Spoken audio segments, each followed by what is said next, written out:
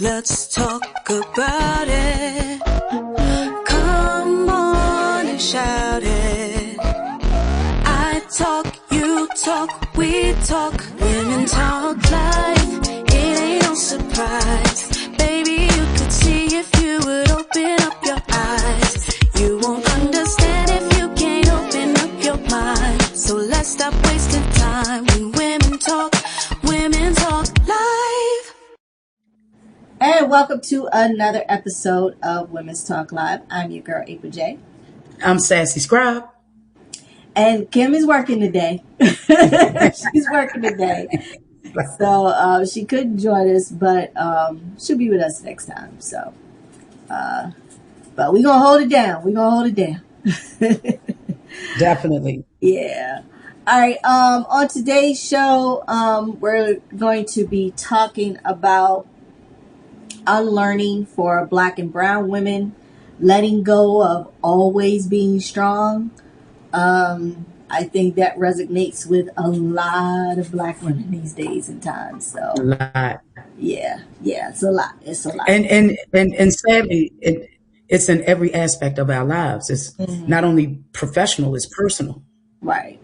So we're going to get into that, but first we want to get into our history facts. So first up, we have Victorian etiquette was so extra that even saying hello came with instructions. Paying a visit usually meant dropping off a card, calling cards, sometimes 3, but never more, or leaving before you actually saw someone, especially if only a young daughter was home.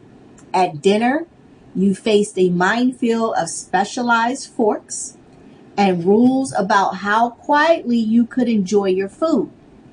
While critics joked that eating peas with a fork was like eating soup with a knitted needle. Yeah, so no spoons. But you couldn't even, here's another one, you couldn't even introduce yourself without a proper go-between. Not at home was a polite lie everyone agreed to believe. And widows had a year-plus timeline for how sad they were allowed to appear, and stepping out without gloves could cause more gossip than the actual news of the day. And then the next one was a widow had a year-plus timeline for how sad they were allowed to appear. And they couldn't even appear in public. So. And didn't they have to dress in black the entire year? Exactly. Like the entire wardrobe was black, and some of them had to wear the veil when they were out in public. Yeah.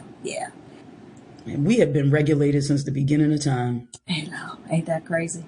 It's crazy. Yeah. Next one is about Cleopatra. So Cleopatra was a real superpower. Well, her real superpower wasn't seduction. It was being smart and more strategic than almost everyone in the room. Forget the Hollywood version in the gold eyeliner and dramatic aspite. The real Cleopatra ruled Egypt for 22 years, juggled civil wars, and cut high-stake deals with Julius Caesar and the late Mark Antony to keep her kingdom alive in the shadows of Rome. She had a son with Caesar, nicknamed Ciaran, and Little Caesar. Well, which was another thing of calling him Little Caesar. Children with Antony, and held on to power until Octavian, future emperor of Augustus, defeated them, and they had young Ciaran killed, folding Egypt into the Roman Empire in 30 BCE. And she also wasn't ethnically Egyptian. Cleopatra was from the Macedonian Greek dynasty found by Philippine. I always get that mixed up. But it was one of Alexander the Great's generals. But she broke the family pattern by actually learning Egyptian and embracing local culture. She was actually half Egyptian, because her mother was Egyptian, so she wasn't fully Greek. But famous in her own time, her education and languages, she reportedly spoke multiple tongues and impressed envoys of addressing them in their own language. Less of a temptress, more terrifying, competing CEO of a very fragile kingdom. So she was just very smart, and she played chess, not checkers. Yeah, she was an extreme critical thinker, always 10 steps ahead of her opponent. Always. Exactly. Yeah. Lastly is about wedding rings. So wedding rings started out less romantic and more of a congratulations. You are now legally they're now legally part of the household paperwork. But in ancient Romans were the first to use wedding rings in a way we recognize today. After the marriage contract and feast, the groom gave the bride a ring at the door of their new home, signaling their union and that she now belonged to his family. Early bands were made of iron or copper for everyday life, with wealthier brides giving a fancier gold version to show off in public. Basically, an ancient upgrade from a house ring to an Instagram ring. They wore these on the fourth finger of the left hand because people believed in a special vein of love running through your heart. A cute idea that atomically wrong, but romantically stubborn enough that we're still following it. So that's where we're stuck with it. We're stuck with it. Stuck with it. Yeah. Yeah. We can get today. Like I said before, we're talking about unlearning for Black and brown women, and this is letting go of always being strong, which is something I think was ingrained in us from the beginning of time. We always had to be strong. Absolutely. Yeah. So,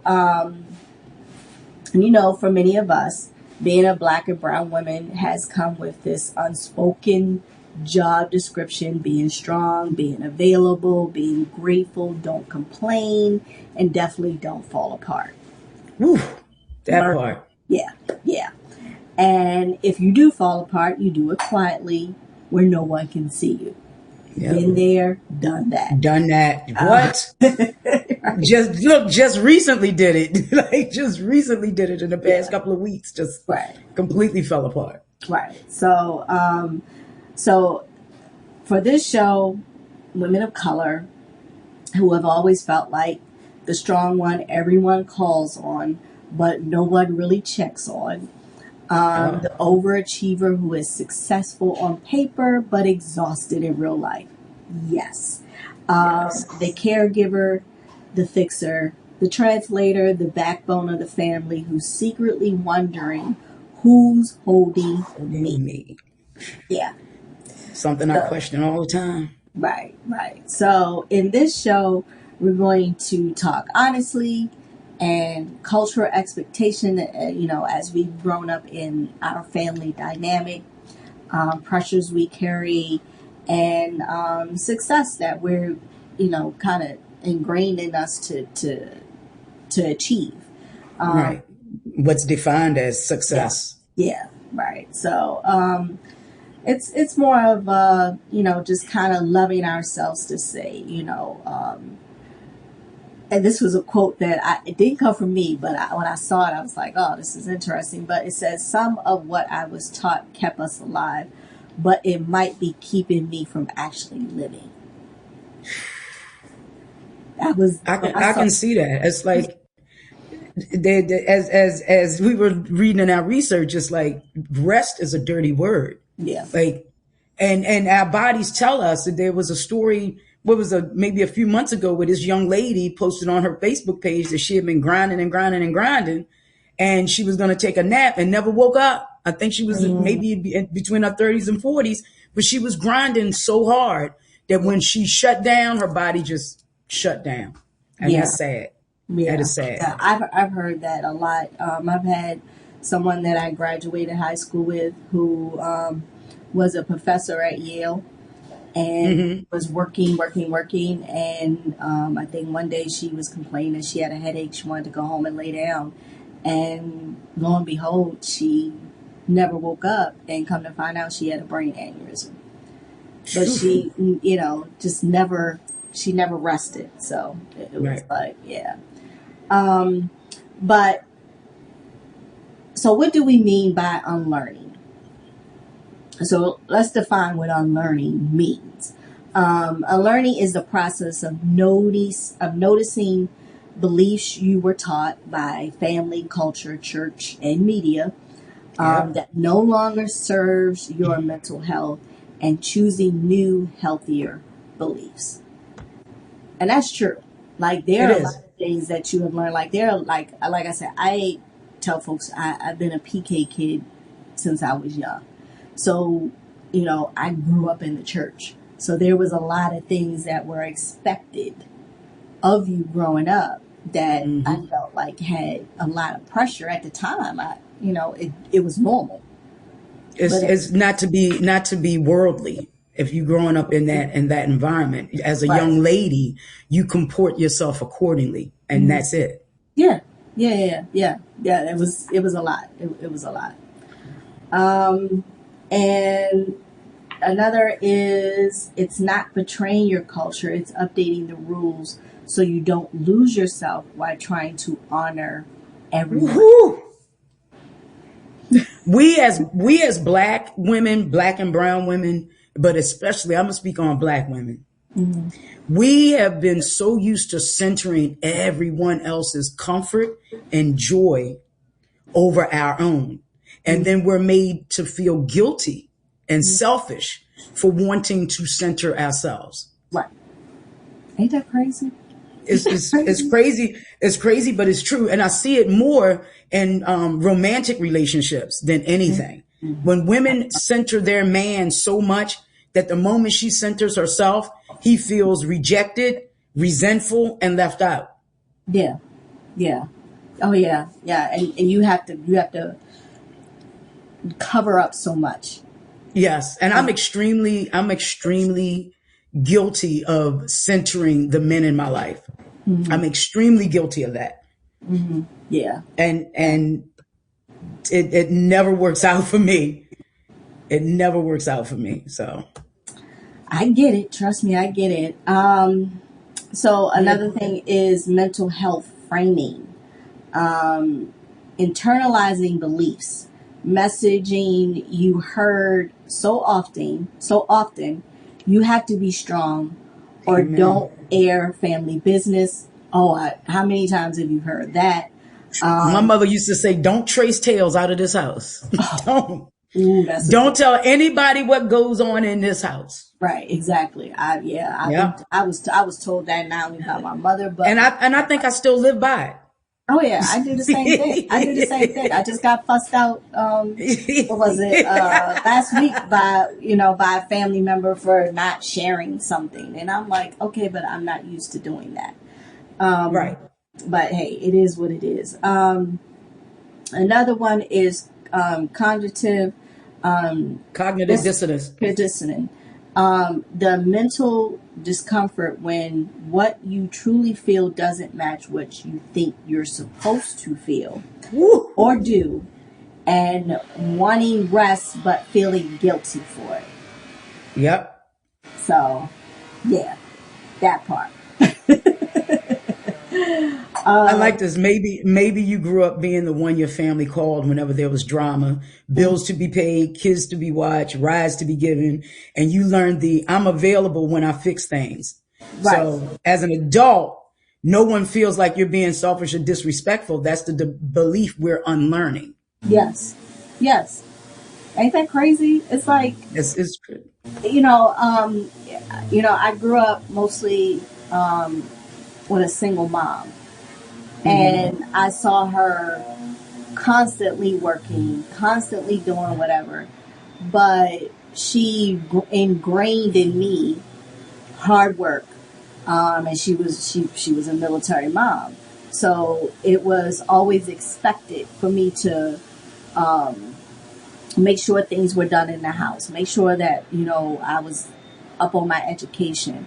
And because for her, she did not want me to fall in the pitfalls that, we normally as women fall into. But in the same sense, it wasn't only that, it was just different things of, I didn't really see her rest. Like, I really didn't see her take the time to really rest. So as I got older, I was always making sure, okay, this person good, being a wife, being a mother, in my career, in school, like, rest was like, okay, I got it when I could. So, but you always had to be, you had to be the strong one. And that was always me. I had to be the strong one. So, the strong. I think in our family, we look at my oldest sister. Her nickname is Get Her Done. When you want something done, you need a refund, you need something broken, the people aren't willing to do what they're contractually bound to do. That's who we call. And she's always a strong one. And we always have to remember to be there for her because she breaks too. Yeah. Yeah, that's true. That's true. So the strong black woman, strong brown woman. So let's explain what the strong black woman stereotype.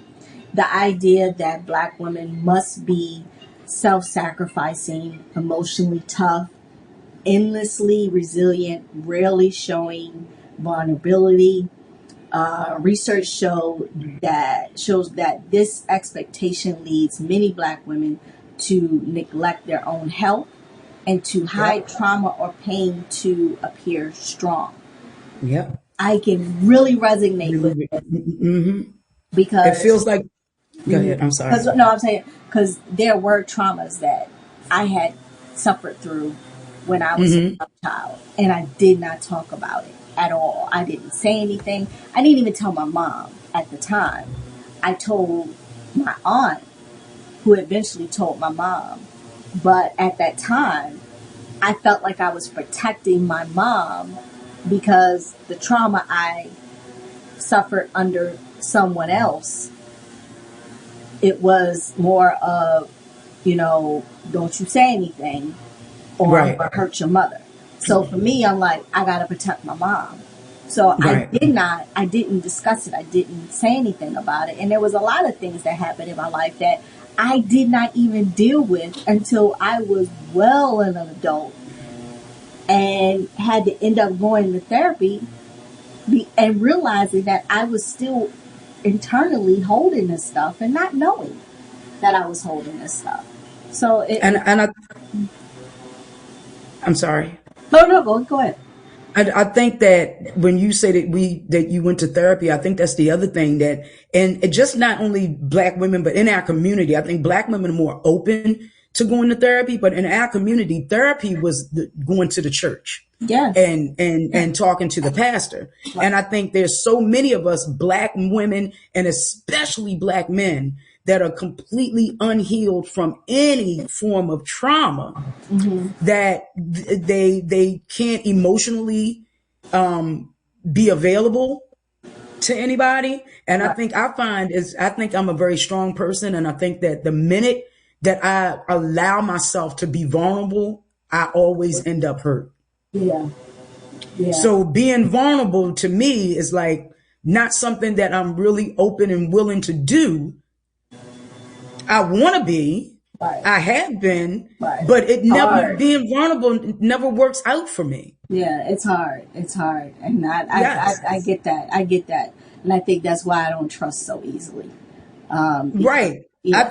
I think I trust too easily and I give respect too easily. And it's never like, I think I'm a very good person and I do a lot of good things for people. And I think sometimes I can get taken for granted. And I think sometimes I think I give more than I get. in Right. return. Exactly. And Felt like, yeah. but that's just who I am. It's who I am as a person. If I like you, I want to do things for you. You know what I mean? With Yeah. no return on the Right. investment other Exactly. than Yeah. appreciation and being Exactly. grateful. Yeah. Yeah. So, I get it. I get it. I don't look for anything in return when, but I always end up hurt. I always I end up get hurt. it. I get it. I get it. All right. So, generalize for Black women. Many women of color are taught to put everyone else first, push through the Yep. pain, never admit they're overwhelmed. Yep. This can create burnout, anxiety, depression, sleep problems, and physical health issues like hypertension. The woman who is the main breadwinner and primary caregiver, handling income and domestic tasks, often as a single parent. The daughter who is expected to translate, advocate, and handle paperwork for her immigrant parents, even as a child. The high achieving woman in corporate and academic who faces racism, sexism, and isolation while still being expected to represent in the community. Yeah. So, I mean, when I was married and divorced, I was the primary. I mean, I wasn't the complete breadwinner, but I was the primary caregiver. Like I did Right. everything, and Right. so it's and even like now, like my parents are older, and even like yesterday, I had to take off because I had to go with my dad to an appointment. And then they came back and he has to go for additional appointments. And I'm the one, because I'm their only child, that has to, you know. Right. So everything falls on you. Right. And Yeah. Yeah. So, you know, I say that to, you know, like KL, not trying to put a business out there, but KL is an extremely busy, booked and busy woman. And she burned those candles at both ends. And eventually those ends are going to meet and burn her out. yeah. And I don't want to see that. And the same could happen to you. Yeah. The same could happen to me. So I think the same did happen to me. I think I got burnt out, which is why I put situations with Sassy on such a long hiatus. I'm coming back, but I was on such a long hiatus because I got so burnt out. Yeah, it can happen. It definitely can happen. Definitely have gotten to that point, and had to really kind of step back and take a moment, because after a while you can't deal with the burnout. No, you can't. You can't. So burnout is a state of emotional, mental, and physical exhaustion caused by long-term stress and overwork. It shows up as a constant tiredness, irritability, numbness, trouble sleeping, and feeling disconnected from yourself or your work. Facts. Emphasizing that burnout is common among women of color who carry multiple roles without support. No. Yeah. I mean, all of that is true. And we're not discounting the burnout and the strength and mental exhaustion of non-women of color. But as Black women and brown women, there is an extra pressure that is put on us that you guys don't get. You always get a soft place to land where we have to fall 50 feet deeper before we can get to that soft space. If it's even there, it's still probably cement. Right. And sometimes it's fire. So you don't get the same, we don't get the same grace, which is why we're bringing attention to this subject. Right. Of unlearning this behavior. Right. I mean, even if you look in society, Black women are looked to save it. To save it. Yeah. Like we are looked to be out there representing, marching against this BS. And I think I think Black women are at a point right now where we're exhausted. from having to save everyone or save society. And we're resting. Yeah, that doesn't really have our back. Right. Because when 92% of black women voted the way in which they voted as a unit and no one paid attention, yeah, we're going to chill, we're going to moisturize, and we're going to relax and rest. Right. And I think people tend to not understand that. But I think one thing that people don't really understand is that first, we have two strikes against us. We're women and we're black. And we're black. Yep. Yeah. So let's see. We're running down on time, but okay. So we can maybe we can do a part 2 of this because there's still a lot of good information that we can discuss. It is. I'm trying to see where. All right. So let's get into how burn up shows up, and then some tiny practices that we can do. Right. Well, yeah. So burnt up, you feel numb and detached, like you're watching your life instead of living it. Small tasks feel huge. You're quick to anger or tears, and your body is constantly tense. Yeah. You can't enjoy things you used to like, and you feel guilty whenever you're not doing something productive. Yeah. Yeah. Yes. So so many times I done thought like you just sitting here stagnant. You know, like I said, I got all of these great show ideas for situations with Sassy, but the minute I open up the laptop and turn everything on, it's like I don't even feel like doing it. Yeah. Right. So here are some tiny rest practices. Okay. When I saw these, I was like, I had to do these myself. I am. Yeah. So schedule a weekly no one needs me hour where your phone is on do not disturb and you're not doing anything for others. Say, I need to think about that and get back to you instead of instantly saying yes to every request. No is a complete sentence. Yes, it is.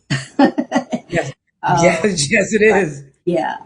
Take a social media Sabbath once a week where you are logged off and doing something grounding, like walking, journaling, or just listening to music. So, if accessible, keep therapy with a culturally competent provider who understands women of color experiences with stress, racism, and family expectations. I think that's a that's a big one right there. Mm-hmm. I think taking a break from social media is a big thing. And I think having a therapist that is, and having a black woman therapist is key. If you're Asian, having an Asian therapist, if you're Hispanic, having a Hispanic therapist, if you're, Pacific Islander, all of those things, there's an affinity that you both have. There's an automatic understanding that you both have, being a person of color or a black person in this world. Right. And I think that's extremely, and for men, I think getting a male therapist, a black male therapist, is also key and important. Yeah. Right. Because black women don't really understand the trials and tribulations that y'all face every day. We have an idea. Right. But y'all face more pressure than we do. So I think therapy is really and truly key. But I like that social media Sabbath and the therapy. I really, really, really do. Because I've tried that. I've tried the putting my phone down. Like I play a lot of games, and I opened up an app early this morning, played a game. I played like 3,800 hours of this game. Mm-hmm. I was like, wait a minute, what is going on? Right. But it tells me the date I logged in, how long I logged in, when I used it, when I didn't use it. It's just, and it was just too much. So you got to take a break. You got to take a break. Yeah. My phone every week, starting I think on Sunday, it sends me all like a snapshot of your activity, of my phone activity. So, and it kind of gives me a little perspective, because I don't be on really on social media like that. So it's a lot of things that I don't even know. Things happen I don't know, because I'm just not one to be on social media like that. Yeah, And plus I'm just guilty. too damn busy, really. But all right, so here are some practical unlearning steps. Let's see. Step 1, name the belief. So identify one belief you want to unlearn this month, such as, I have to be the strong one. Rest is when everything is finished. If I set boundaries, I'm grateful or disrespectful. Let's see. Step 2, trace where it comes from. Ask, who taught me this? Was it parents, church, media, school, or the neighborhood? Clarify the understanding the source. Clarify that understanding the source is not about blaming, but about gaining perspective. You want to take the next steps? Yeah, it's like decide on a new belief. So you got to replace it with a compassionate belief, like, I am allowed to be soft, supported, and human. Another one is, rest makes me more whole, not lazy. And I think that's what we have to get out. If you're resting, you're lazy. Yeah. When you're just resting. Right. And boundaries are a form of love for me and for others. And boundaries can really feel like rejection when it's just a boundary. Right. The final step is you got to take one small action. So practicing saying, I can't do that this week. I can't do that this week. Who expects you to someone who expects you to always show up. Just say, listen, I can't do it this week. The other one is, again, therapy. You can do it in person. You can do a call, or you can do a support group for women of color if there's one in your area. And I think there's a social media platform called Meetup, I believe, that they do it, that you can meet groups of like group therapy and whatnot. And there's also the WhatsApp and these other communities, social media communities. You may not want to do so. I know this is a contradiction of what we said by taking a social media sabbatical. Right. But there are groups on social media where they're like-minded Black women and brown women that are going through this unlearning process that you could probably get into. Right. And then finally, it's like choosing one chore that you will outsource, delay, or share instead of automatically doing it yourself. So if you can afford to, you get the maid to come in and clean your house. If you can afford to, you can do Instacart for your groceries. Yeah. It's one less pressure that you're trying to take off of yourself just to alleviate that burnout, because we're burnt out, and we're burnt out working every day and not really realizing that we're burnt out. So that's one thing. That's one thing I was thinking about, because I was like saying to myself, maybe I should just take one day a month where somebody comes and clean the house, because I am like an advocate where I do not like my house a mess. I don't like stuff. I just, and that's the part that, growing up with a military mother. So, like getting out of bed, making sure my bed is made before made up. Yeah, like I do not leave that room until that bed is made up. If I come back from a trip, making sure my clothes are unpacked. Yeah, and put in dirty clothes or hung up, or like I stuff cannot be laid around. It irritates my soul to see things just laying around. Yeah, I'm not a clutter person. Like as I sit here, I'm looking my line of sight. I got this little thing on my butcher's block. I mean, what is it? The baker's rack. And I'm looking at it, it's like when I hang out with this call, I'm throwing that right in the trash. Because to me, it's clutter. I don't even know why I kept it as long as I had, but I feel you on that. I absolutely feel you on that. So there's always something that we can give to somebody else. Right. But when you live alone like me, you got to really think about it. It's budget constraints. It's a whole lot of other things that are involved in that. But you do have to. But what was the book that I read? And on the 8th day, she rested. Yeah, exactly. But it's only 7 days in a week. Think about that. Yeah, true. All right. So last week poll is from our show from last week. How have you been scammed by an online guru? And I believe 73% have admitted to being scammed. 73%. 73%. I was shocked. I mean, I've been scammed by these little Insta boutiques where I order something and it doesn't come or something happens, but never a guru. Never a guru. But that goes to show you the mentality of society. It's people just not wanting to do it. They don't want to do it themselves. Like the research is there. Google is your friend, and they just don't want to do it themselves. They want to do it themselves, right? Right. So, and I get it. I get it because it's work involved in it. It's work involved in it. So this week's poll is: do you feel pressure to always be the strong one in your family or friend group? So let us know. Let us know. Yeah. I know I'm that one. So, and I'm slowly but surely learning myself because, yeah. I know I'm the one that everybody calls if they need, they have a question on politics or hotels and restaurant recommendations. I said, I should be charging y'all for this concierge service that y'all are asking me for. Right. Cause I'm the one y'all call when, wedding planning and all that stuff. I do that. Yeah, that's like with me, like my daughters, they'll call me for everything. My oldest daughter called me one time and said, I need air in my tire. And I'm like, you got a whole fiance. Why are you calling me to put air in my tire? Okay.